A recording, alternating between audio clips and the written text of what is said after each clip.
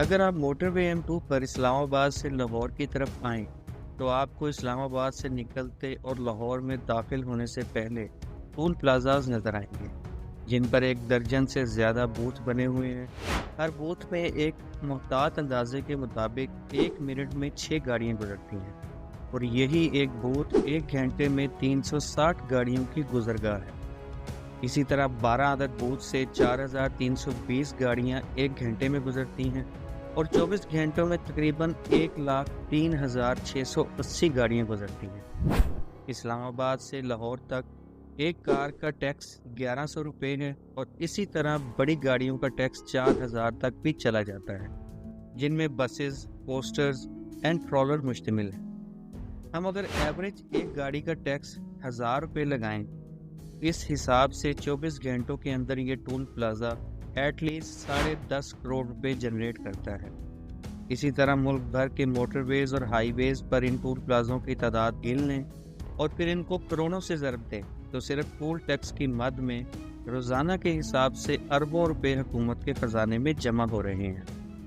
आप जिस गाड़ी में सफ़र कर रहे हैं, इसमें पेट्रोल की मद में 1 लीटर में कम से कम 50 रुपये टैक्स काटा जाता है, और इस हिसाब से लाखों गैलन रोज़ाना के हिसाब से जो पेट्रोल और डीजल कंज्यूम हो रहा है, इसका टैक्स भी रोज़ाना अरबों रुपए के हिसाब से हुकूमत के ख़जाने में जाता है।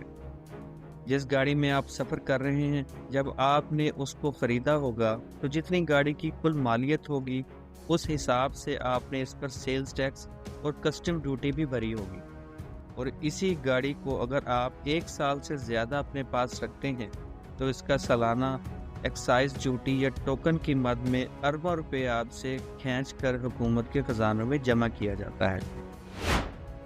आपकी बिजली का बिल अगर 15,000 रुपये है, तो असल बिजली की कीमत 5,000 निकाल कर बकाया 10,000 टैक्स है जो माहाना कंज्यूमर से काटा जाता है, और अरबों रुपए ख़जाने में जाते हैं।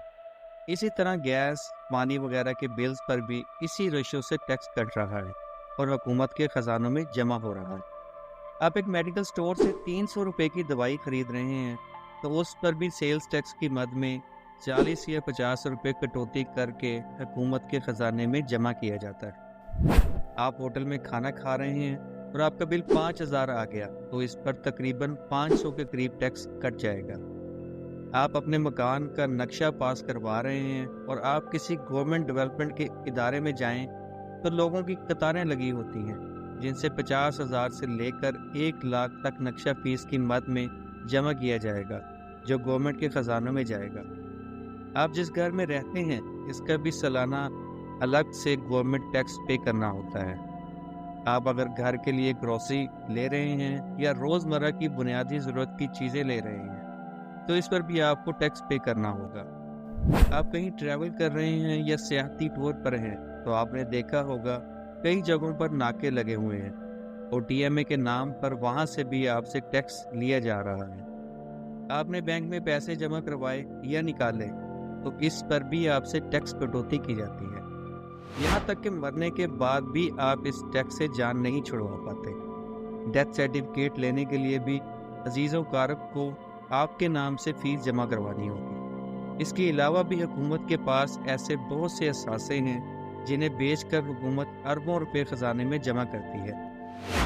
आप, मैं और न जाने कितने हम जैसे लोग जिनका ज़रिया मुआश एक है, लेकिन वो टैक्स बाकी सब के बराबर अदा कर रहे हैं। मुर्गी के अंडे पर एक गरीब को भी उतना ही टैक्स देना होगा जितना कि किसी बिलियनर को। अब सवाल ये पैदा होता है कि जिस मुल्क में अरबों खरबों के टैक्स रोज़ाना की बुनियाद पर इकट्ठे हो रहे हैं, वो क्यों मफलूकुल हाल है और दुनिया के सामने क्यों हाथ फैला रहा है? इसकी सबसे बड़ी वजह करप्शन है।